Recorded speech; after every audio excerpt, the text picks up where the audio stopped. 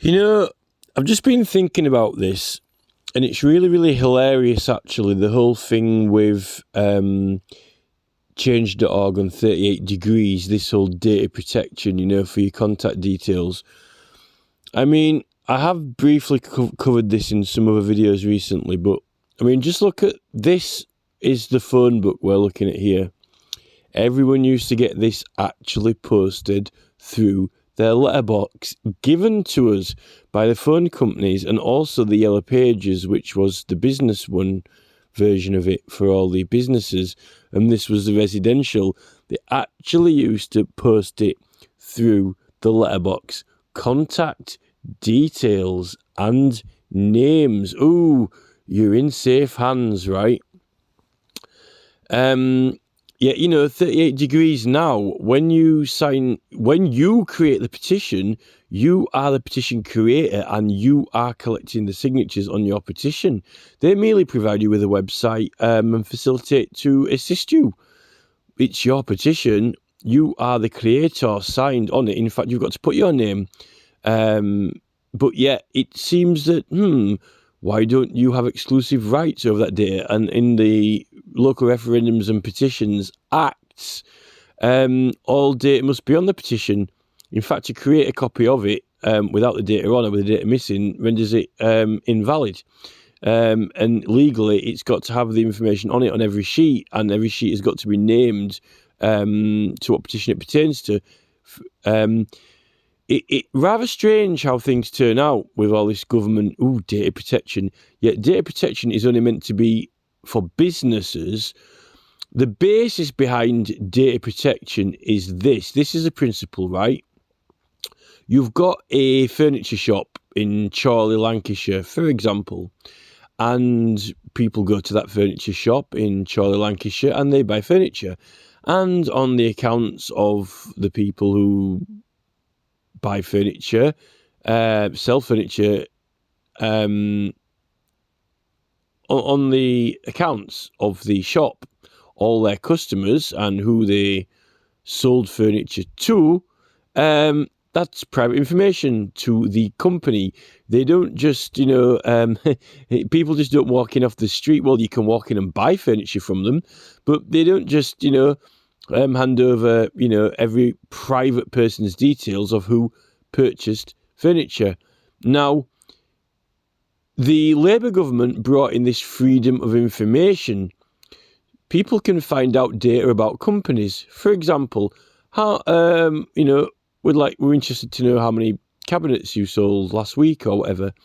But mainly freedom of information wasn't for private businesses. It was for the government, information about government departments, how many people claiming income tax, or how many people did the police prosecute, or where did the government buy their NHS beds from, or etc., right? I also think that many private companies and businesses who are actually getting bought up by individuals, Nestle and all these chocolate companies are getting bought up by bigger companies, and bigger companies buying them all up, and they're wanting to find out they're wanting to find out information about the government. They're wanting to find out data about the government, from other government departments. The thing is, right, that you need the details of people so you can contact them. You can always walk around to the house, but it wasn't a big deal. There was nothing scary about it. Now, with the internet being created, the thing is, what really is the difference in this information? It's printed and published. So what's really the difference in having it printed on these phone books, or actually on a disk drive, or on a website? Because at the end of the day, what does that do? All it does is actually save the printing of the sheets. Basically, if you have all the information of these phone books on the internet, then you don't need to print it and pay for ink and paper.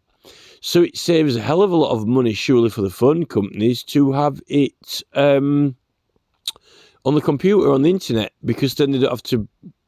Surely they're saving a fortune. and the people just go on there and look on the internet. So why did they not want us to have this data? And why do they scaremonger us about the data? Well, there's loads of scams. Well, there was loads of scams before, fly fishing by J.R. Hartley, people ringing you up, saying they're not who they are or whatever. There were scams then, so what's the difference, if you be savvy? This is the thing. Now, emails, right? Well, with emails, right, the thing with emails is that at the end of the day, it is only your contact. It is only like your telephone number or your address. It's just a contact. Now, the thing is that saves a hell of a lot of money for the phone companies is that,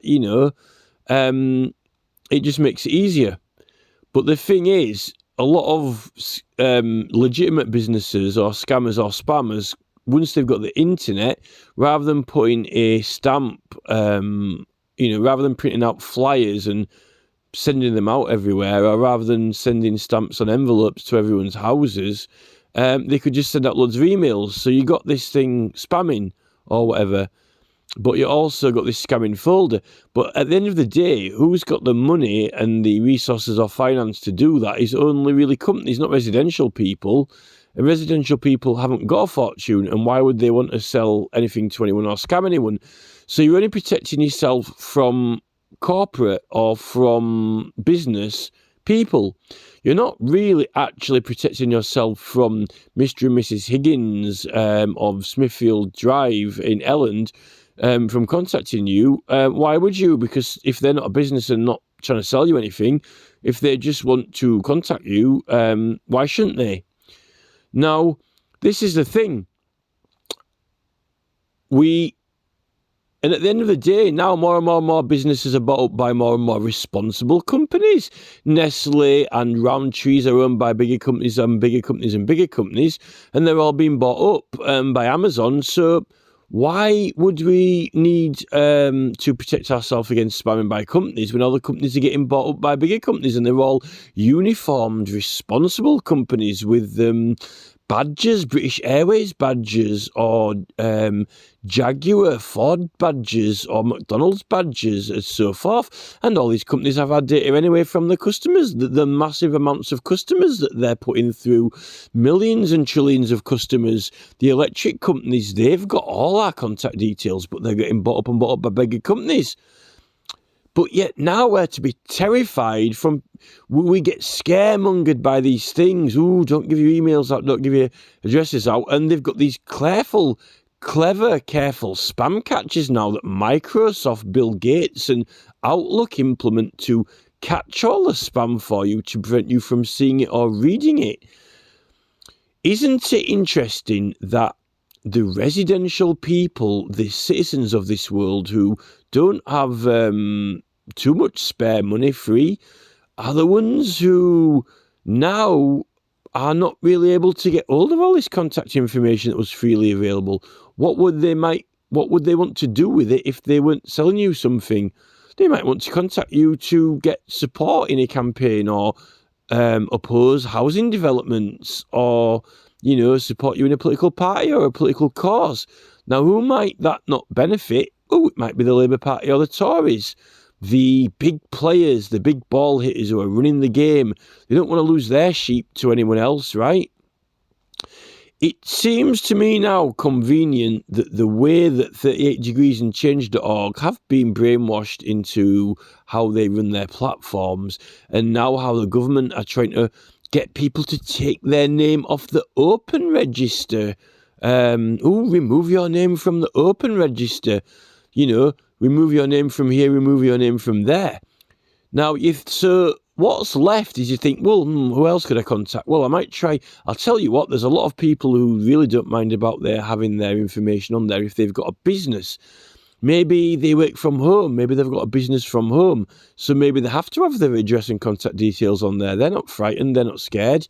How about, the blacksmith or the crafts lady who works from home, or the masseur. She's got a mobile phone contact number and a home address. The lady who's the massage lady who travels around the local area, she's not bothered about having her contact details on there. And oh, look, there's a website, you know.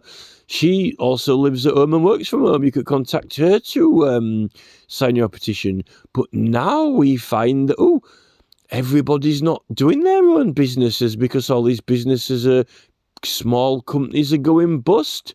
Small farms are selling out to McDonald's farming, or, you know, everyone is not selling from home now. Everyone is selling through Amazon. And you can't get their contact details because you have to contact them through the Amazon site who will contact them. And if you contact anyone outside of eBay, ooh, it's unsafe. You can't trust anyone. Well, I trust them to fucking send the thing through eBay.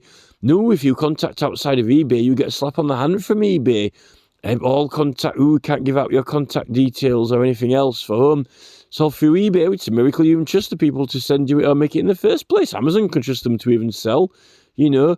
Oh, Amazon have got all the handles and contact details. eBay have got all the contact details. And this is the thing what's happening now. I was just watching this IQ video on YouTube. There's a seller called Video IQ, and he is actually, it might have been another channel actually, but he basically tells you,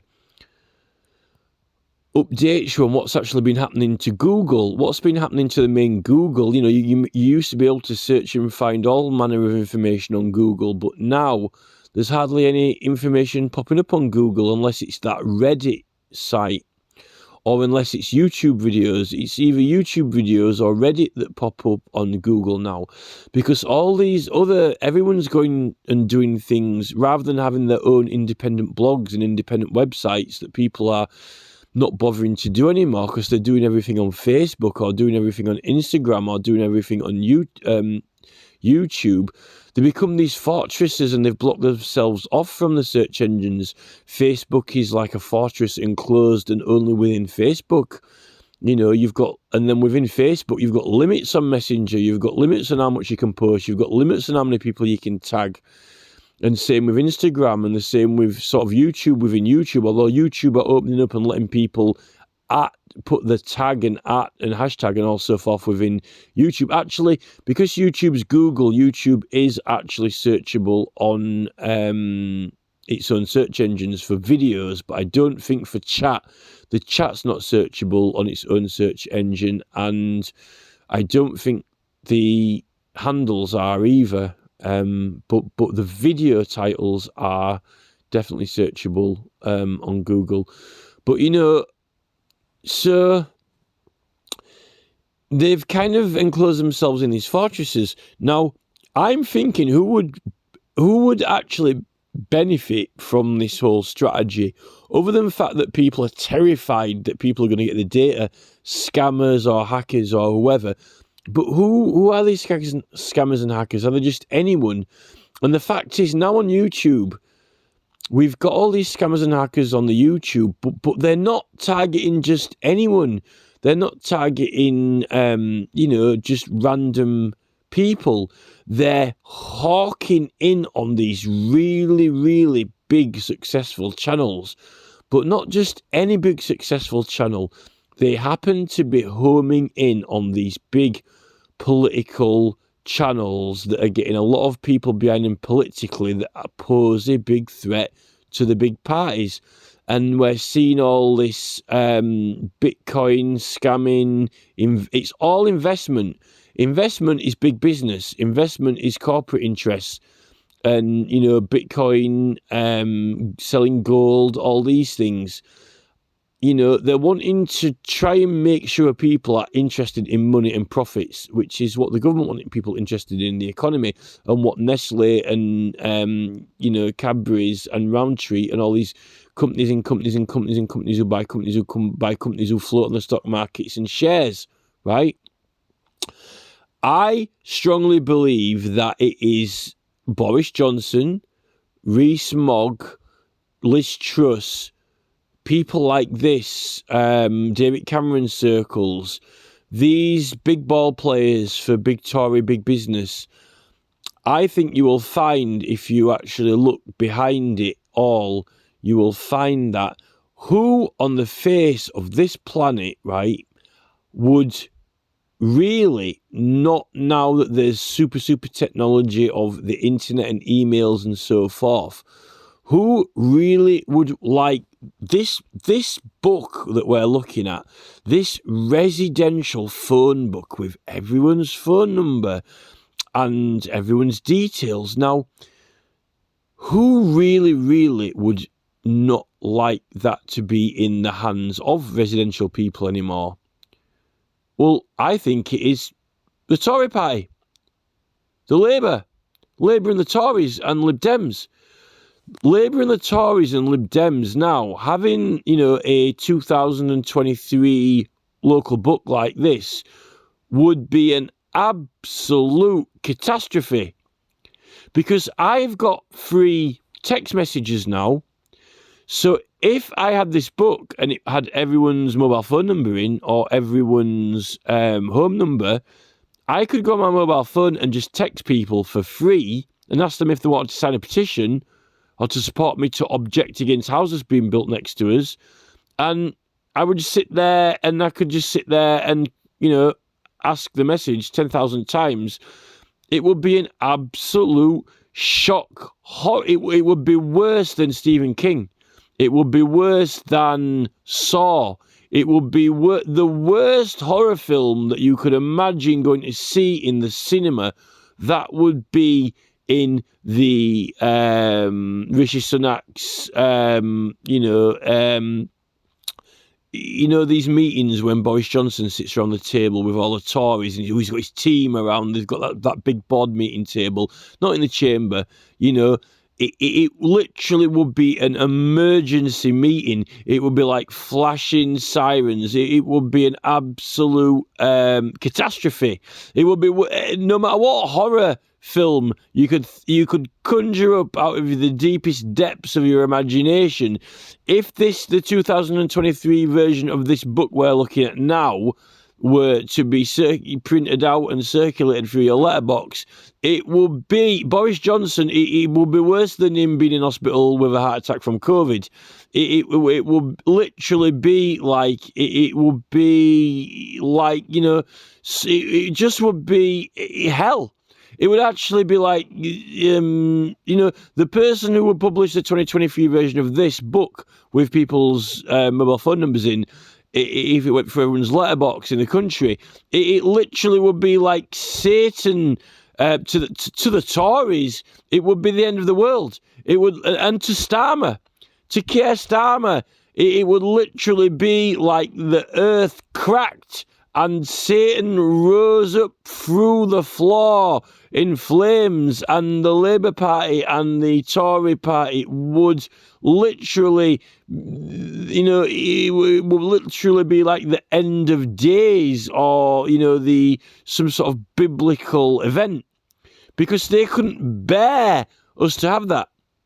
Yet, who has got a document like this with all this information and contact details?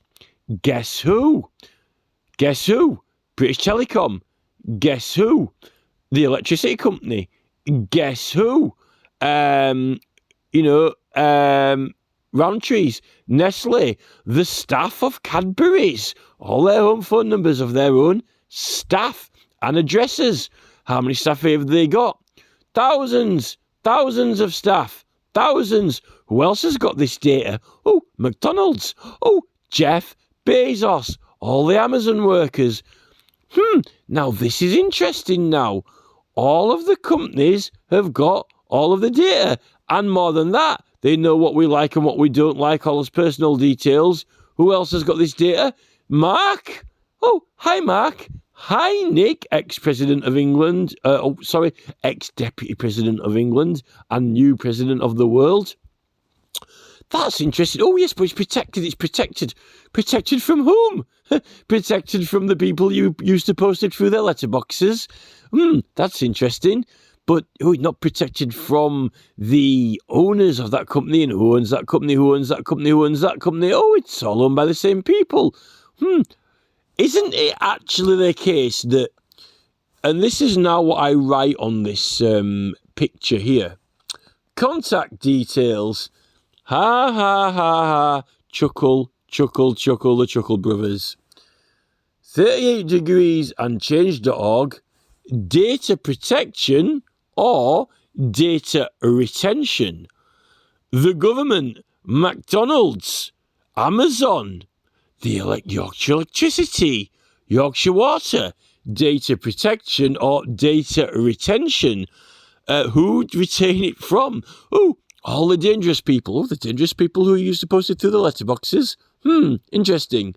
You know, it makes me wonder if this fly fishing by J.R. Hartley, if some royals or some slack David Cameron buddy weren't actually the ones who were actually going around scamming people, coming up with these schemes and doing the crank phone calls and all this and that. Because at the end of the day, I'd like to see the list of police data. I'd like to see all the police records, the freedom of information of all the people who've actually caught who were doing these scams and who actually is it. You know, were they just dumplings and fruitcakes and stupid people who were doing a scam because they can't find a better job? Apparently, the police don't solve a lot of the crime now. And now it all goes through this secret department called Action Fraud. And really, a lot of the academic fraud and the real academic fraud and crime is these who is there to report? Because all the companies now are owned by companies, owned by companies, owned by companies.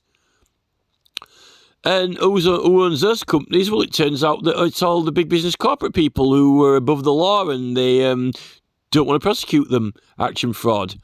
And it seems to me that, you know, who are the cowboys? Well, the only cowboys that I've been coming across recently are my neighbours who have been cheating planning.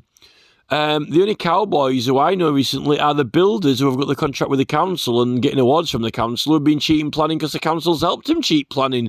The Tandy Partnership, building buildings bigger than they're supposed to build them in cooperation with the council. It seems to me that the only cowboys are the council, the contractors of the council. Care. Balfour Beatty putting illegal road signage out around the country in collaboration with the police.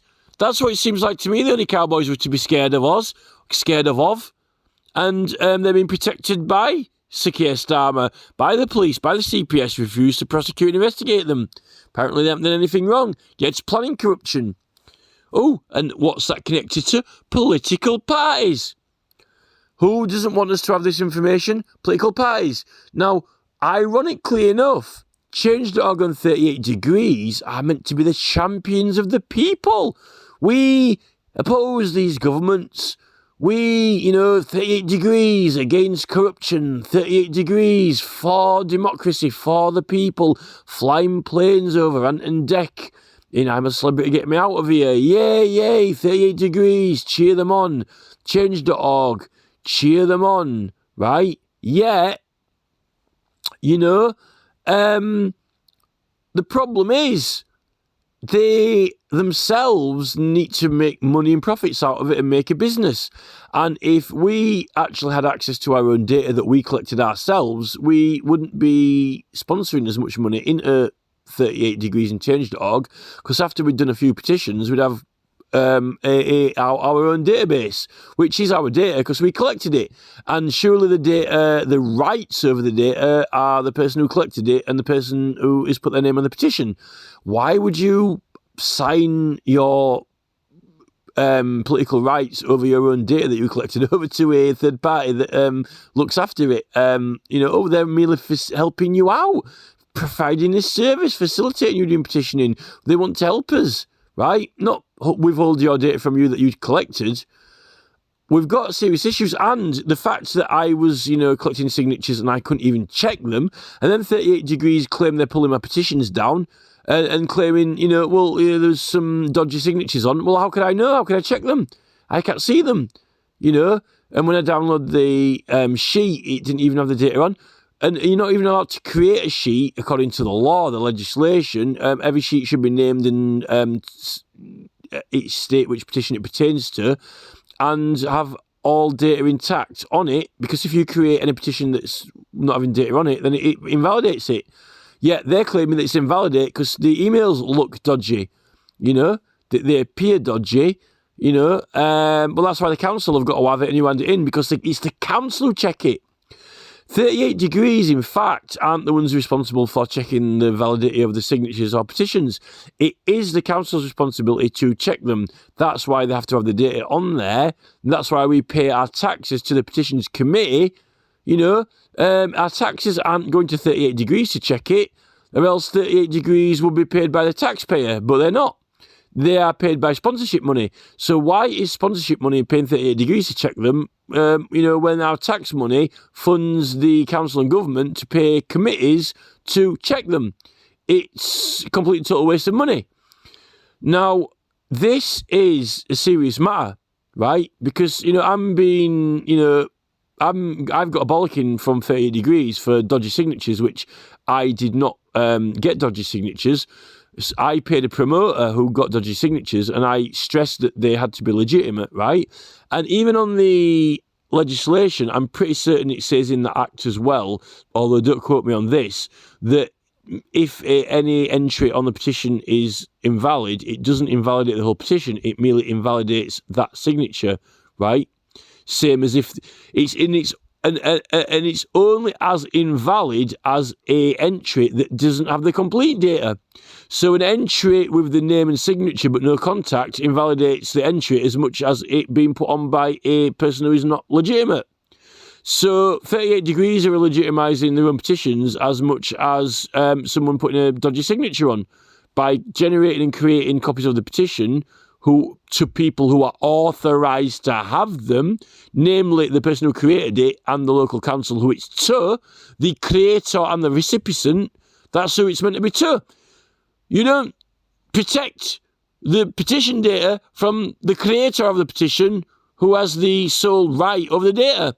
And you don't attempt to coerce those rights away from them by some dumb policy.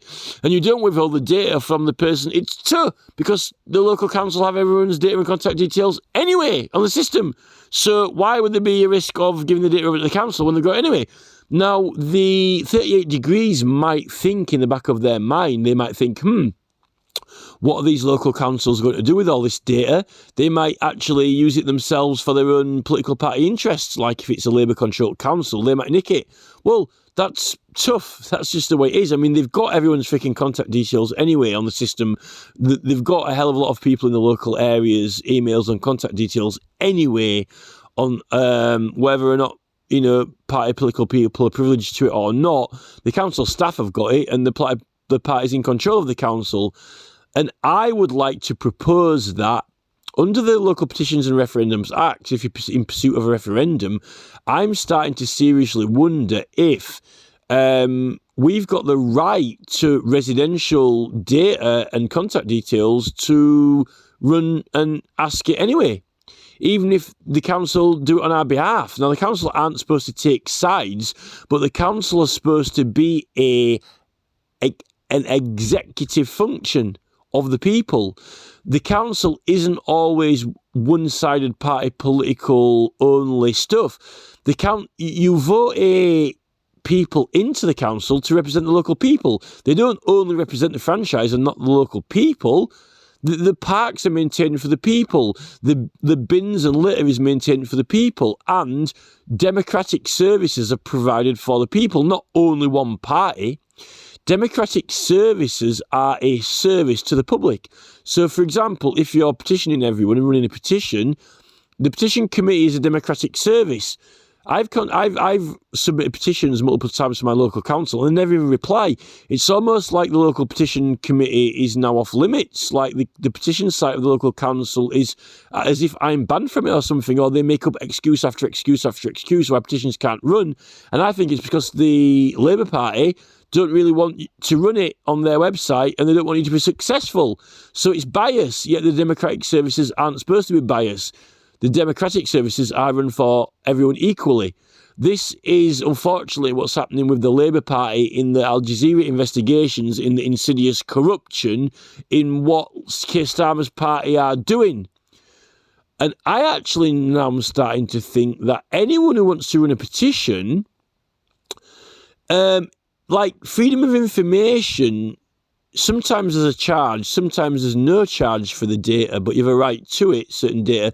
But now they're making excuse after excuse after excuse at why they shouldn't give you it, or they shouldn't give you it, right? Although I've actually ended up getting data eventually, but they send you around the block to different departments and try not to help you out. What I'm thinking now with petitions, because it falls under the same classification and same category as local referendums and elections, right? What I'm starting to think now is if it, if it costs the taxpayer or the council so much to send so many emails out through their database or staff to do it, well, I'm starting to think, well, why can't we pay for that? Even if it, even though they're supposed to provide services. But at the end of the day, right, if someone's running for an election, for example, George Galloway, right, the council don't pay for his election campaign. He sponsors it, right? But it's his election campaign, right? But yet Kirklees Council went and took his material down unlawfully. Tracy Brabin, on YouTube, they went and promoted her, right? Obviously it was paid for by a party.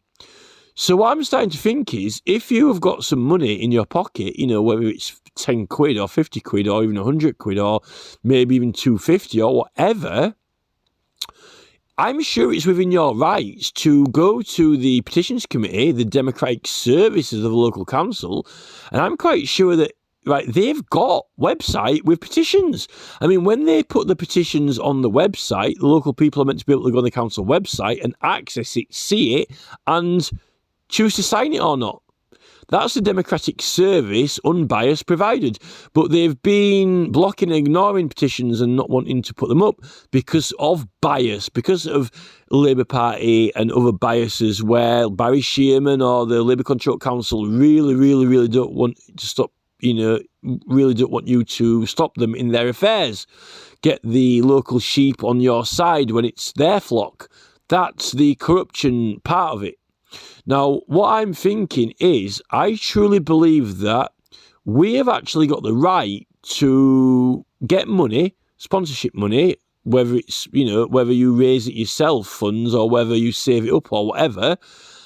And I'm quite sure that you could actually go into the petitions committee to the local council, it's a democratic service, and say, right, I'm doing a petition. Here's 100 quid for your staff's time, democratic services, and your database on the open or closed electorate. I don't care whether it's open or closed or up its back rear side out through its PPO. I don't care what the register is. It's democratic services. So I want you to. Here's a template for a very polite message to sign my petition, and I want you to email it to everyone. Here's 100 quid for the time and 100 quid for the database costs to email them. Okay, it might spam catch it if you send it all at once. So, send it over a week, send so many a day, or send it over a few weeks, day by day. And I think you could do that. That's what I truly think. Now, the problem is that local councils are party controlled, and they really, that would actually be it would almost be like, grabbing their nipple and twisting it. They would literally be crying. They would be crying tears. It would be like Barry Shearman shrapnel the toilet. It would be like, the local council Labour Party, literally, it would almost be like, the opposite of winning the lottery. It would be the opposite of winning the lottery. I know that certain parties did well in an election to get elected, but not everyone in areas agrees with them on everything. But then again, you've got the local newspapers like, the Examiner and so forth that are rallying the troops on behalf of the local councillors. Local councillors literally have a permanent bat phone, like a permanent, it's almost like they've got a headset on all day speaking to the local press, and then they peddle stories to them and lie and cheat to get certain headlines in and so forth, because the newspaper is completely backing them up the whole way and always has done. And they've also got the football team on their side. They're paying for the signs on the bus company and the rest of it. You know, it's completely insidiously corrupt the way it's been run, and it's actually, the council aren't meant to sway the public on things, on their projects, yet they do.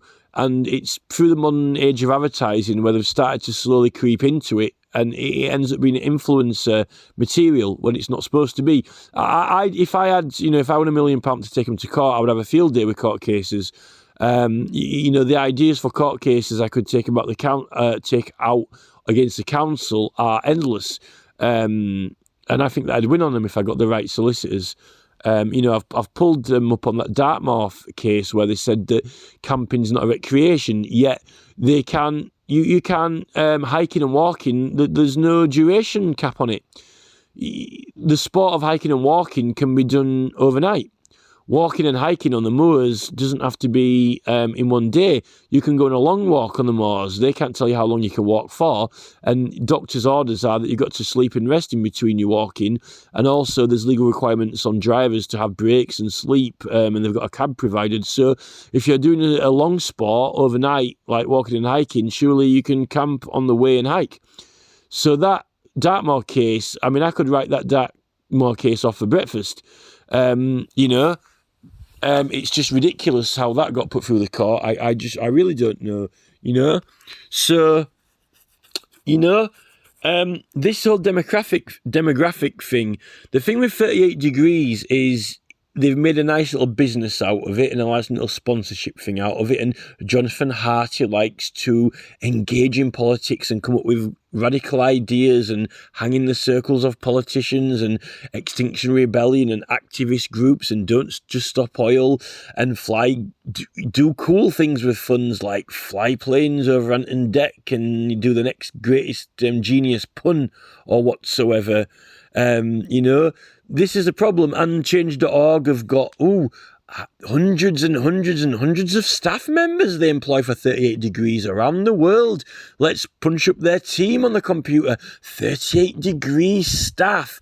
Is a campaign coordinator, campaign managers, design team, promo, all these staff members with all these positions. All this money going into 38 Degrees. Hey, my pal at 38 Degrees. I'll get you a job. He's my friend. My friend of a friend of a friend. Hey, we've got loads of money pouring into Change.org. Have a job at our place. Have a job at our place. Have a job at our place. And it ends up like Twitter. Because when Elon Musk turns up at Twitter, there's about 6,000 staff. They're having a field day. Apparently, he sacked 6,000 of them and only has 400. I could have run Twitter on 400 people. There were people just getting employed there for fun. Must have been sat in the office at Twitter. There's one person tweaking one number, tweaking one algorithm all day or tweaking one code. There's a person, this thing's got to tick over all day. I've just got to sit there watching this number change all day, It seems like they've employed people just to, for leisure, This Elon Musk said, we don't need all these people. And by the way, the CIA are in there suppressing political content. This is the problem, Change.org. And the fact that half the petitions under a lot of legislation are not lawful, and how they have got the right under American law to say that the creator of the petition doesn't have the sole rights to the data, I don't know. But someone definitely hasn't pulled them on that. And they're making an absolute killing out of that website, the amount of money that goes into it globally, they say, this data is not safe to... If it's not safe for someone who actually creates a petition and goes about collecting their own signatures, if it isn't safe for that person to have their own data, or Change.org doesn't deem it so, maybe they're in the wrong business. Maybe they shouldn't have really had a petition site, or they shouldn't have wanted one, or maybe it wasn't a good idea to have the idea to make money out of a petition site, make a lot of money out of a petition site. Maybe that wasn't a good idea.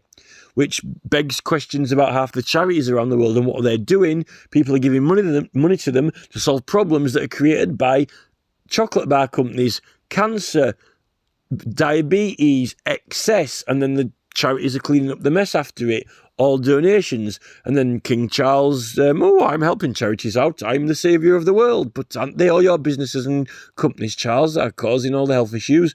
Oh, no, it's my homeopathy. Oh, the path to my home, like the yellow brick road. Follow the yellow brick road, Charles. Follow the yellow brick road. Follow the yellow brick road. Oh, look, we're back in the Munchkin village, and there is the house falling on the Wicked Witch. Oh, look, there's it's homeopathy. Oh, it's a house falling on Charles with his feet sticking out of the house. Oh, the path home. Oh, there's Charles. It's the palace fell on Charles from the sky, building sandcastles in the sky. Just like a big sandcastle in the sky falling on King Charles. Oh, dear Charles, what are you doing there? Is that your homeopathy? Aren't you supposed to be researching all these exotic herbs and plants from around the world to cure all these diseases you're causing for your chocolate bars? It's like the fucking Wally Wonka's chocolate factory. This is the problem with Charles. Oh, well, it turns out we should have been eating all these plants and leaves and not McDonald's and Subway and KFC, the Colonel, the Admiral. This is the problem with it all. So, but I think that because, they voted for Labour, they voted for Tory, that's it then, close the phone book, that's it now. And get your ID out. Now we can't even send you the cards. You've got to have your ID. Make your mind up. Has the whole thing been illegitimate the whole way through?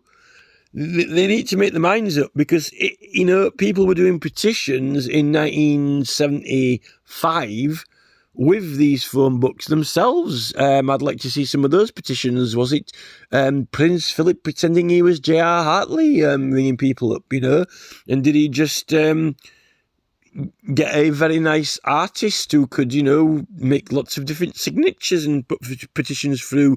He's got all the addresses here. He could have signed them all off himself. Maybe he had a scribe like Scrooge. Maybe Prince Philip had a scribe sat there writing petitions up to government saying, we've got 15,000. And back then, you could probably get people's home built to write off the local kids' park with 250 signatures or whatever. This is the thing. But it makes me this joke to say, at the end of the day, what is this? It's your contact details. Why do we have that? So you can contact people. It's a miracle that the internet, it's a miracle Google are on there. It's a miracle Google now don't omit phone numbers completely. It's a miracle that Google don't omit addresses. It's a miracle that every business on the internet doesn't have its... It's a miracle that, anyone dare have contact details on there. It's a miracle that the charities dare to put a contact phone number or an email on their own website. In fact, some of them aren't.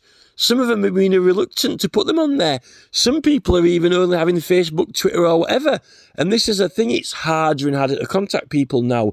No one replies through Twitter.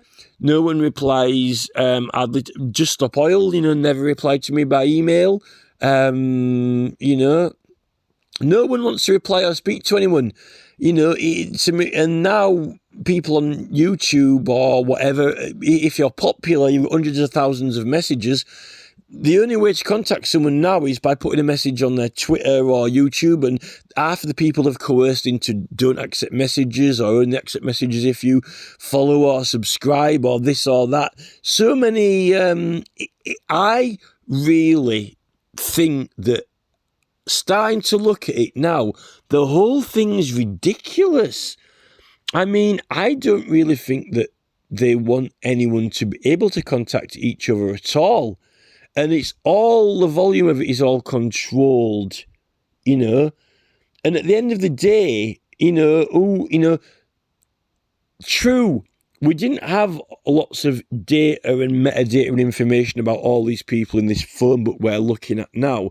This phone book we're staring at in front of us, we didn't have, like if you go on Facebook, it's got all their pictures, it's got all their photos, everything, everywhere they've been. Who they might find about our lives and become stalkers or this or that. But Zuckerberg is, Clegg is. Who are these people? Google, Facebook, Amazon, and so forth. These are the people who've got all. What are they doing with that data?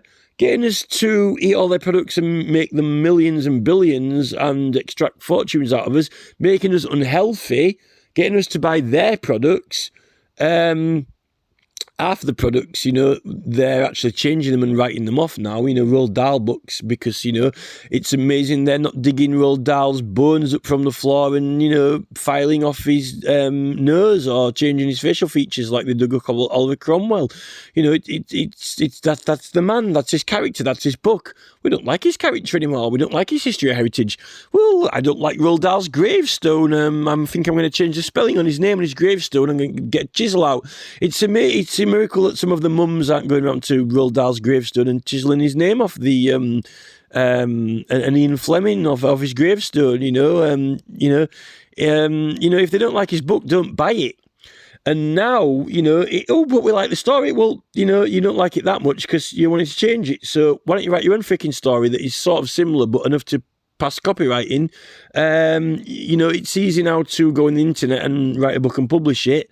So write your own freaking book, and be the next Harry Potter or whatever. That's what I say to the mums. Everything's easy published now. Everyone's making mugs selling mugs and t-shirts on YouTube, even Russell Brand. Oh, look, it's the Russell Brand phone cover, the Russell Brand mug, the Russell Brand sweater, the Russell Brand brand. I don't know why these mums, it's so easy to just go on the internet and, type up a book and then you press a button and knock it out. I'm selling my own books now. Well, I like Roald Dahl, though. Well, but you don't like Roald Dahl because that's the book. Why don't you write Charlietta and the not-so-chocolatey factory that's actually more like a warehouse, and it is Veronica Silt, not Veronica Salt.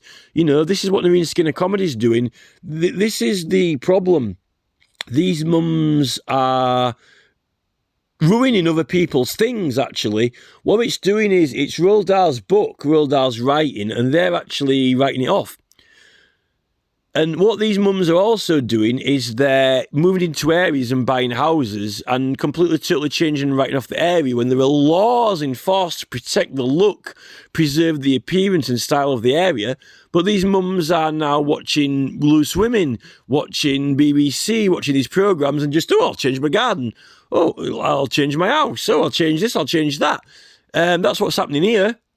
The guy across the road's moved in from God knows where. It's a safe area and he's put cameras everywhere as if it's some sort of, he doesn't trust anyone. And he's been completely changing all the style of the walls around his house. I don't know why he bought an house here. Why don't you buy one in Timbuktu?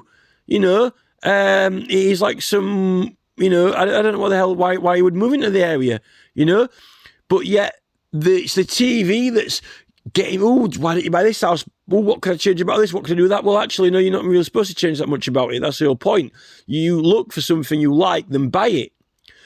The problem is these mums now are going out and changing other people's books that they wrote in publications because they don't like them. But the problem is when you open your door in the morning and walk out onto the street and you bought a house in the area you like, these mums are just changing the face of the house. Changing the wall style, changing the garden. Well, actually, I bought an house in this village because I like the style of these walls and I like these gardens. Well, no, it's my house, though. Well, that's Roald Dahl's book. That's the problem with some of these women. They're just changing what the frigging hell they want for them. And that's what the culture of the television, it's so selfish now. But you might say, well, why are you being selfish about not letting them do this or that? But the thing is, a thing is a thing that was made, it has stability. This is a village. This is the city. That is the countryside. It is what it is. And there were laws. There are laws to preserve certain things. You build new things where there isn't anything, right? or where people don't object to it, right? You don't cheat it, and that's the problem. There's been a lot of cheats being bred, and this is the whole thing with the housing thing and local councils and Labour-led councils and this and that. And this is the whole thing with the whole democracy and the petitions as well, and the whole problem with Keir Starmer's Labour Party, although he's vehemently trying to get out of trouble from the Al Jazeera investigations and try to claim that there is no cheating going on in the Labour when there is, this is the problem. So it's kind of, all this data here, it's ludicrous and ridiculous that something that was posted for everyone's letterbox now, people that would panic about it. It's almost ridiculous. We're meant to be making progress. These politicians are saying, oh, we need to invent new technologies and make more progress. Well, aren't the people progressing? I don't understand. It's not a gun. It's not, people's kitchens are filled with knives. It's not a fucking semi-automatic weapon. It's not a shotgun. It's a fucking book, a piece of paper. What is so dangerous about this book? It's almost like the sports almanac in Back to the Future, isn't it? It's almost like Marty McFly finds a sports almanac in Back to the Future and he can predict who's going to win the betting, the races, the horse racing and the football. It's almost like you could defeat Kier and defeat Balfour Beatty in the housing developments. You could defeat the local builders. You could defeat the local highways department on what road projects they wanted to plan. If you had this book, you could get all the people to oppose it, not be blocked or have your tags taken down by Sir Nick Clegg, the global president, removing your tags from Facebook, or from 77th Battalion removing them, mysteriously getting kicked out of groups, or algorithm shadow banning it like Garland Nixon, or George Galloway getting his political material taken down from Batley Spen. This is it. We've just had a guy on Vobes, a guy from an independent political party who's wanting to get more candidates in their area, which is brilliant, wanting people to sign up for the package to become candidates for a party. People are usually reluctant. You find it's hard to get people to want to be local candidates for political parties because the job literally is dealing with people moaning and complaining all the time. And I don't think many people want to be councillors because the job literally is taking complaints. But a lot of councillors learn to just ignore them and blank them and just, as long as they keep their sheep happy, their voters, they don't give a monkey's chuff about the people who didn't vote for them or who won't vote at all. As long as they keep their sheep who are going to get them elected next time happy, then, that's all they care about. And this is who they're vehemently trying to stop you from getting to support you politically in one matter, not on the whole running of the council. In one matter, they will fight vehemently to oppose you. But yet, we're meant to have a democratic framework, a democratic petitions department, but it's getting blocked. It's rejecting people from it. And the government in Parliament, they say, no, we'd have to debate these petitions, or you can't petition about this, or you can't petition about that. They're blagging people and fobbing people off on a regular basis. So you can't petition central government about 15-minute cities because, it's local councils, matter. Bollocks. Really? Well, how about changing the law on councils being allowed to do experimental roads and, trials without, at first, a new law for the whole country when they have to get 50% of people to support it before they can even, entertain bringing it in. They've got to get them, got to get people to, sign a thing, particularly when it drastic changes like that. So, Parliament can do that, but Parliament don't seem to want you to indicate that on the petition because they restrict the characters to 50 characters or 250, not 250 words, 50 words or something. I mean, it's almost like they're strategically planning the even government petitions to be on the intellectual capacity of Homer Simpson. You can't even write an essay on there, let alone a dissertation. And when you start attaching links and emails, and they start rejecting it, and saying, you can't attach this or that. They just don't want you to succeed. And that's the problem with this government and why we've got to the point we are now with them, But anyway, back to 38 degrees. It is They're just contact details. They're just contact details. It's not a gun. You know, you contact someone and, they can say no. Now, if there's an issue over forgery or copying, then God knows what the politicians have been up to in the past. I'd like to examine some of their projects and details they've been doing in the past. Why didn't they? When we've had passports and birth certificates and so forth, if the government was so vehemently obsessed with this ID thing, why didn't they require people to take their birth certificates to the polling station before the driving licenses? Why now? And why are they blocking young people from using bus passes at the polling station when, if it's good enough to get on a bus and valid, then surely it's good enough to go voting. But anyway, it's just joke. It's just contact details. And, I'm reluctant now, but only because I've been scaremongered by the government, Sometimes we wonder why people don't contact us through YouTube or Facebook or our channels. They make it hard to see the messages and to contact each other through those sites or restrict it.